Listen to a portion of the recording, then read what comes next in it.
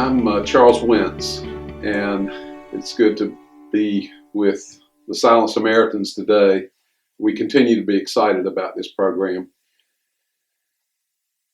We we have come a long way in Scotland Family Counseling Center, and for myself, it really began late in life. I never imagined that I would be a counselor.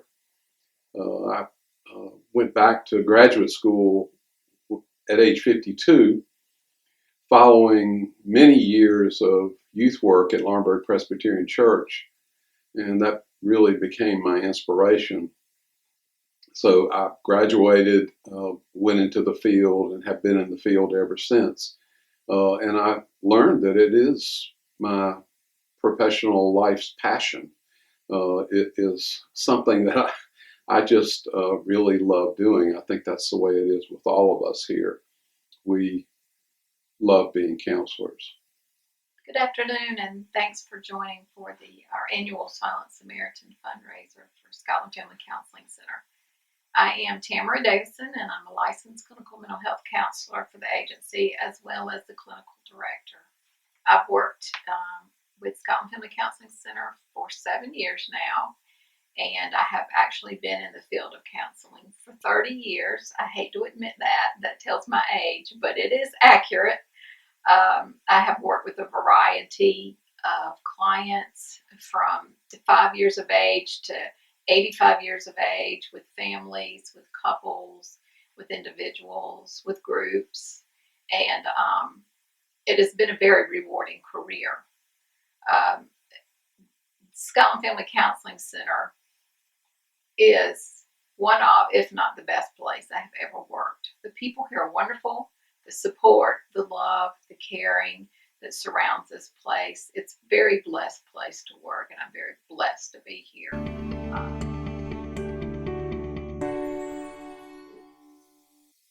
I'm Mary Neal Thompson, and I'm both a counselor and the director at Scotland Family Counseling Center. I followed my passion and calling, and at middle-aged, I changed careers to become a counselor. It was a really great decision. I love working with our diverse clientele. We're sort of like a family doctor here. We see a little bit of everything in our practice, and I love that variety. Our clients have variety in age, mental health issues, race, socioeconomic issues, sexual orientation, and basically every way possible. The center helps anyone in need of help. Some clients have depression or anxiety, but we also help people who just want to learn possibly how to communicate better with their family or loved ones, people who want to learn time management.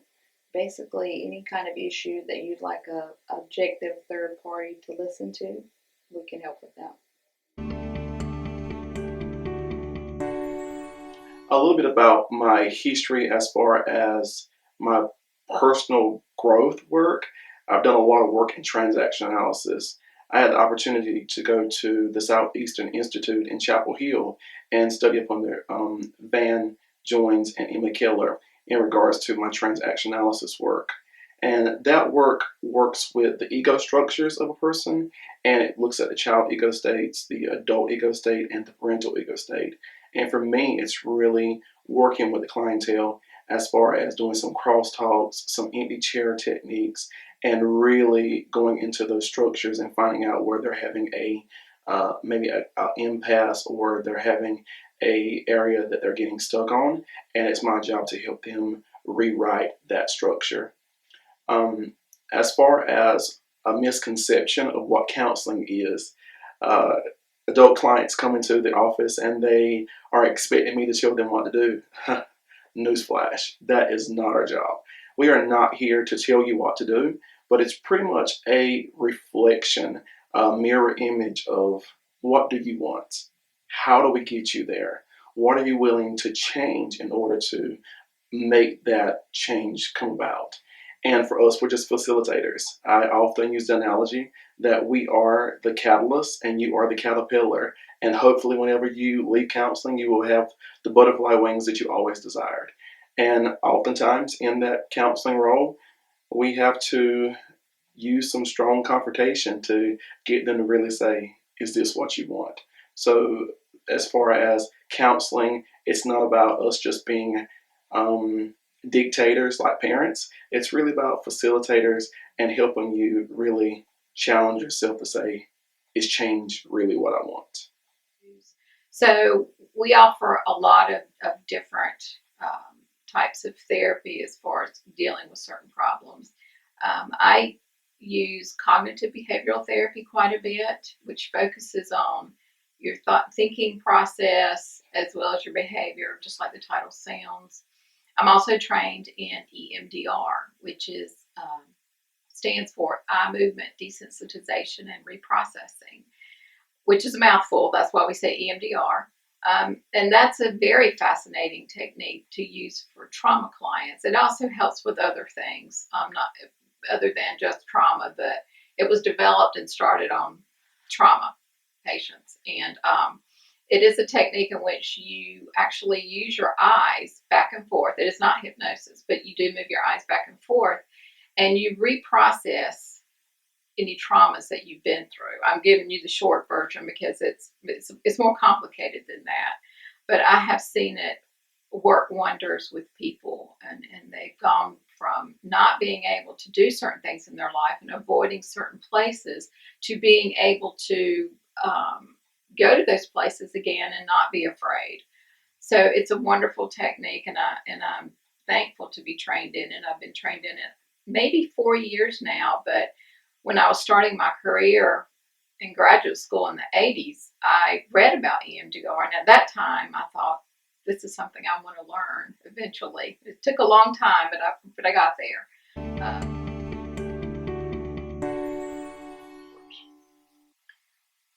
I wanted to talk a little bit about coronavirus and how that has impacted counseling and how it has impacted Scotland Family Counseling Center. I have to tell you that in March of 2020, when all this began, it sort of turned our little world upside down because we realized that we couldn't see clients face to face and that we had to start seeing people via telehealth. We use a vehicle called Doxy.me. We had some real adjustment issues in doing that. Where we were going to do it, having internet speeds that would take care of it, all the kind of factors that you might have imagined that really lasted well over a month. That is, the adjustment lasted well over a month. And then finally we have settled in to telehealth. I don't know what's going to happen in the future. We don't know. But telehealth has been accepted by our clients. It's interesting that when they get used to it, it's almost like we're in the same room. Now, some people have trouble, and sometimes we have trouble connecting, but most of all, people get used to it. So now we have been seeing folks by telehealth almost a year, and it is working out fine.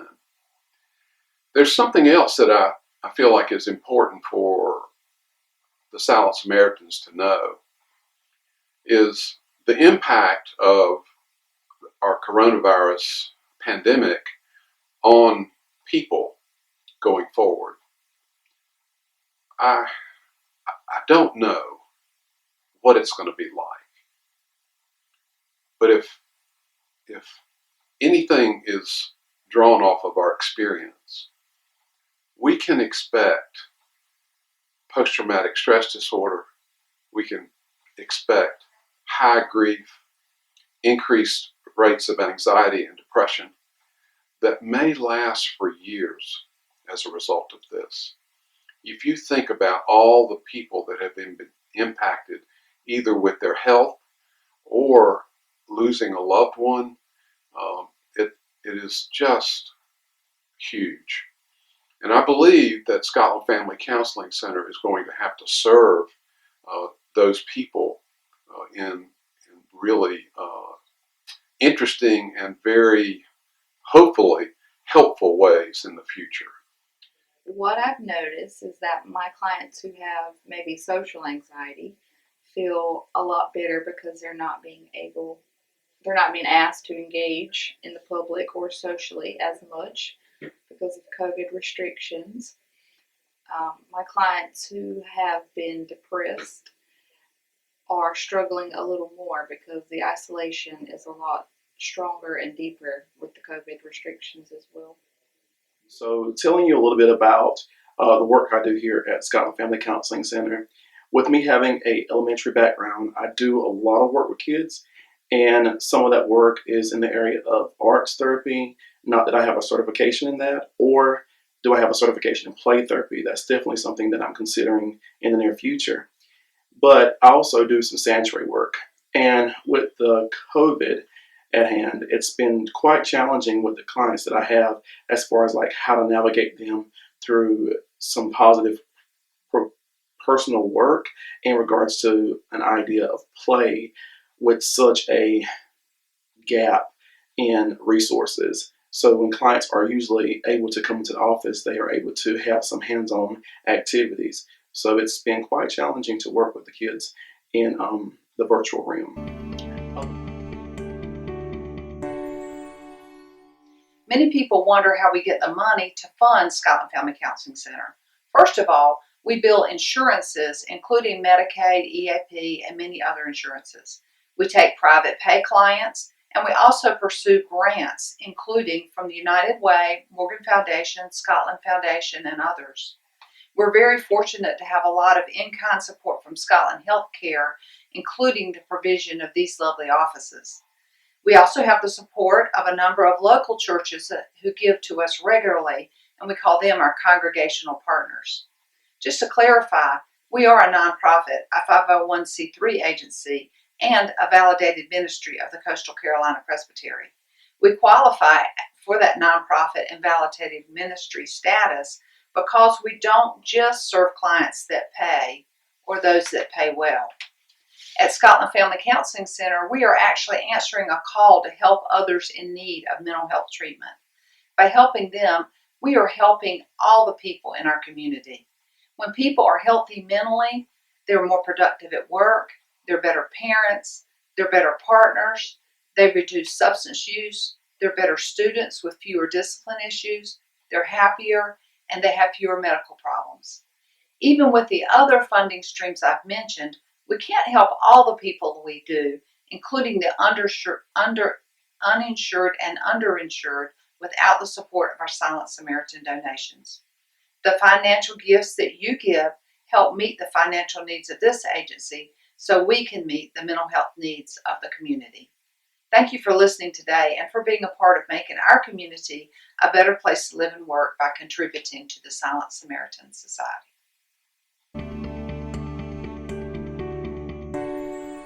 Good day to all of you today. My name is Pastor George Ellis, and I'm a board member for the Scotland Family Counseling Center. I'm glad to be able to say today that I'm one of the original founding members of this wonderful organization that began back in 2006 when a group of us came together and thought it'd be a good idea if we would come up with some type of counseling that can assist or be a blessing to those who otherwise may not have access to good professional counseling. And that's what caught my attention. I said, well, this is one thing that we don't have here. And so as a few of us got together, some clergy and maybe a lay person or two, we joined together and we talked about it, and we went in prayer about it. And we concluded that this is much needed right here in Scotland County. And so I've been a part of this organization from the beginning. And even now, I'm still participating because I believe in what we are doing.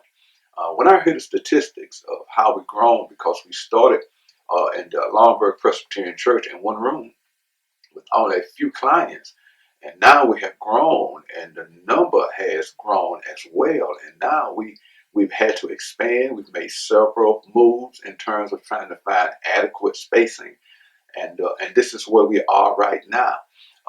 But I want you to understand that there is a lot of emotional, mental sicknesses in our county.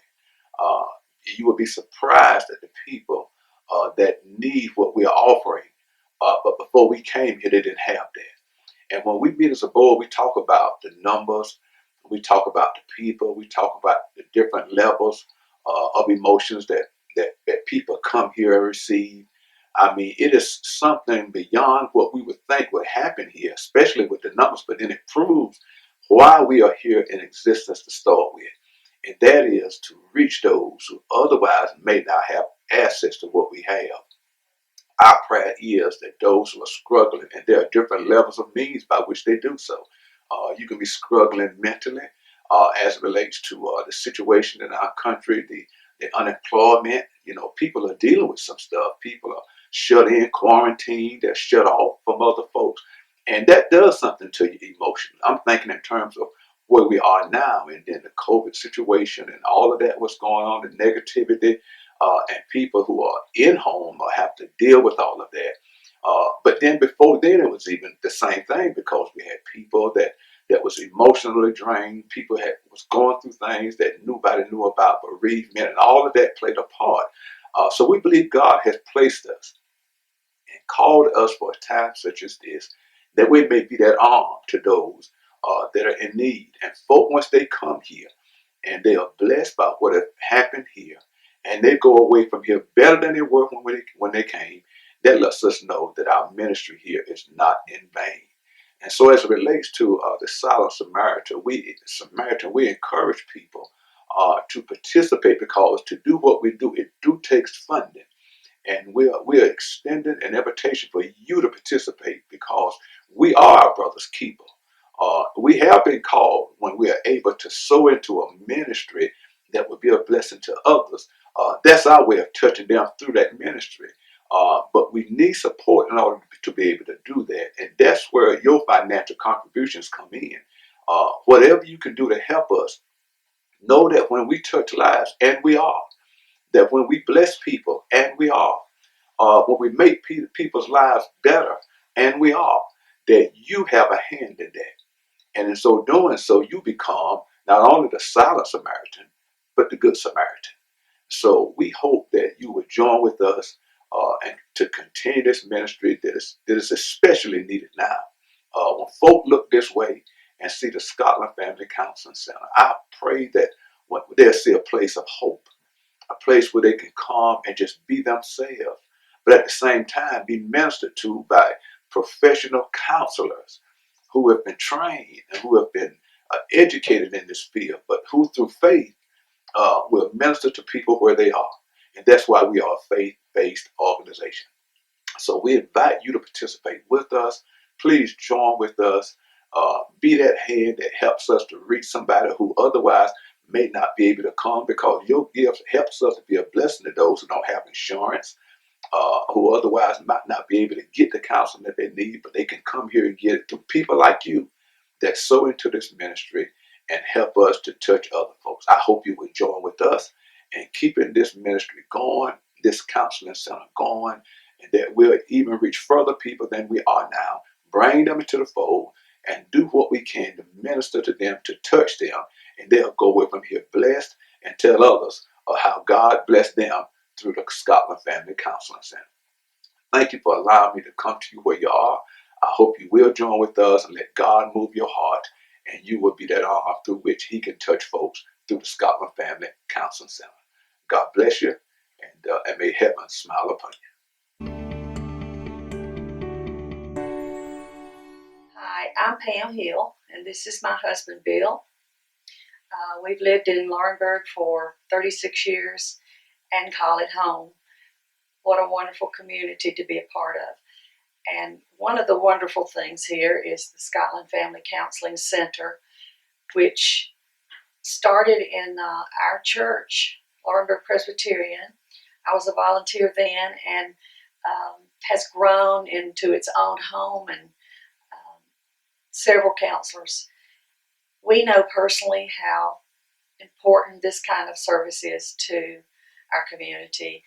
We would like to stress is how important it is to support a wonderful thing such as this counseling center because our community has a need for it, and I hope you won't, but if you do, it's a wonderful place to come and get the service that you need. we're fortunate in Laurinburg to have the Scotland Health Group because they really look at the whole community and the whole community needs. And the counseling center is one of those needs. It's a need that isn't fulfilled in a lot of places. And by the financial support that the community gives it, it is able to do a lot of miraculous work. It's just like hospice. It has its own niche, and it does wonders for the community. The counseling center is funded greatly by donations, and it's really appreciated from the members of this community. How grateful this community is in so many different ways. It supports so many different organizations, and the money is well spent, and your contribution would be really appreciated. This place is a nonprofit, and we do depend on donations and fundraising to help run the place. And the money goes to just the daily requirements to run a business, but most importantly to me, it goes also to helping clients who have no funding, no insurance, no Medicaid, to get the help they need. And we have a big heart here, so we try to work with people who don't have that, and the funding helps us to be able to do that. So without that, it would be much harder for us. We thank you. We thank you for all your support. Know that there is going to be an ongoing and ever increasing need for our services in our area. Thank you.